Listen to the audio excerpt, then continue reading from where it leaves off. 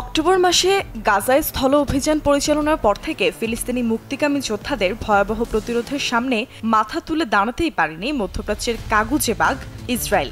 যুদ্ধের এই ৮ মাসে মাত্র একবার যুদ্ধবিরতি ও বন্দি বিনিময়ে সম্মত হয়েছে দখলদার রাষ্ট্রটি। তাও সেটি সম্ভব হয়েছে গাজায় গণহত্যা চালাতে এসে ইসরায়েলি সেনারা ফিলিস্তিনি যোদ্ধাদের হাতে ধরাশায়ী হবার কারণে।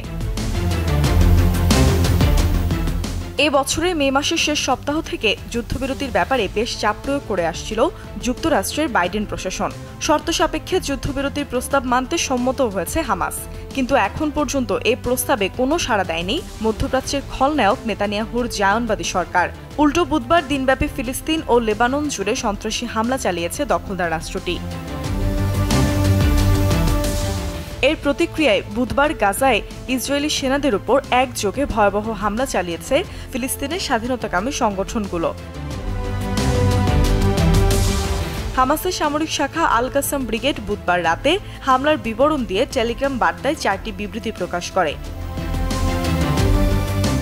এখন জন্ম সনদ দিয়ে খোলো বিকাশ স্টুডেন্ট অ্যাকাউন্ট। এখন জন্ম সনদ দিয়ে খোলো বিকাশ স্টুডেন্ট অ্যাকাউন্ট। নিজের বিকাশ নিজে কর। এখন জন্ম সনদ দিয়ে খোলো বিকাশ স্টুডেন্ট অ্যাকাউন্ট। নিজের বিকাশ নিজে কর। ব্যবহার করে দখলদার বাহিনীর 2টি অত্যাধুনিক মেরকাভা 4 ট্যাঙ্ক ধ্বংস করেছে। দ্বিতীয় ও তৃতীয় বিবৃতিতে জানানো হয়, কাসাম যোদ্ধাদের একটি ইউনিট গাজার আল জায়তুন এলাকায় শত্রু সেনাদের সাথে তুমুল সংঘর্ষে লিপ্ত হয় এবং অপর একটি ইউনিট একই ভারী এলাকায় ভারী ক্যালিবার মর্টার শেল দিয়ে জায়নবাদী সেনাদের উপর বোমা বর্ষণ করে। চতুর্থ হামলার বিবরণে হামাসের এই সামরিক শাখা উল্লেখ করে, তাদের যোদ্ধারা নেটজারিম অঞ্চলে 114 মিলিমিটার রকেট নিক্ষেপ করে দখলদার বাহিনীর হেডকোয়ার্টার উড়িয়ে দিয়েছে।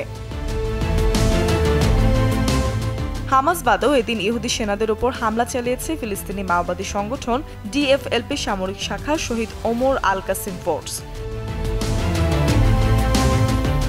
আল কাসিম ফোর্সের মুখপাত্র আবু খালেদ টেলিগ্রাম বার্তায় 2টি হামলার বিবরণ প্রকাশ করে।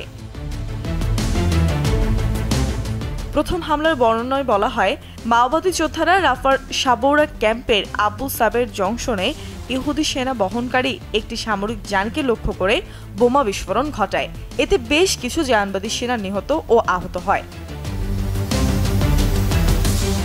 আর দ্বিতীয় হামলার বর্ণনায় উল্লেখ করা হয়, আল কাসিম ফোর্সের আর্টিলারি ডিভিশন ভারী মর্টার ব্যবহার করে দখলদার সেনা ও সামরিক যানের ওপর সফলভাবে ভয়াবহ বোমা বর্ষণ করে।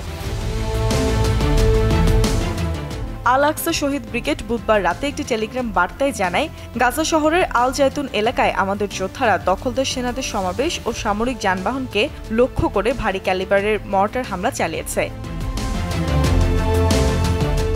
প্যালেস্টিনিয়ান ইসলামিক জিহাদের সামরিক শাখা আল কুদস ব্রিগেড বুধবার দুপুরে একটি টেলিগ্রাম বার্তায় জানায়, রাফার আল সালাম মসজিদের কাছে শত্রু সমাবেশ ও সামরিক যানকে লক্ষ্য করে 60 ক্যালিবার মর্টার শেল দিয়ে বোমা বর্ষণ করে।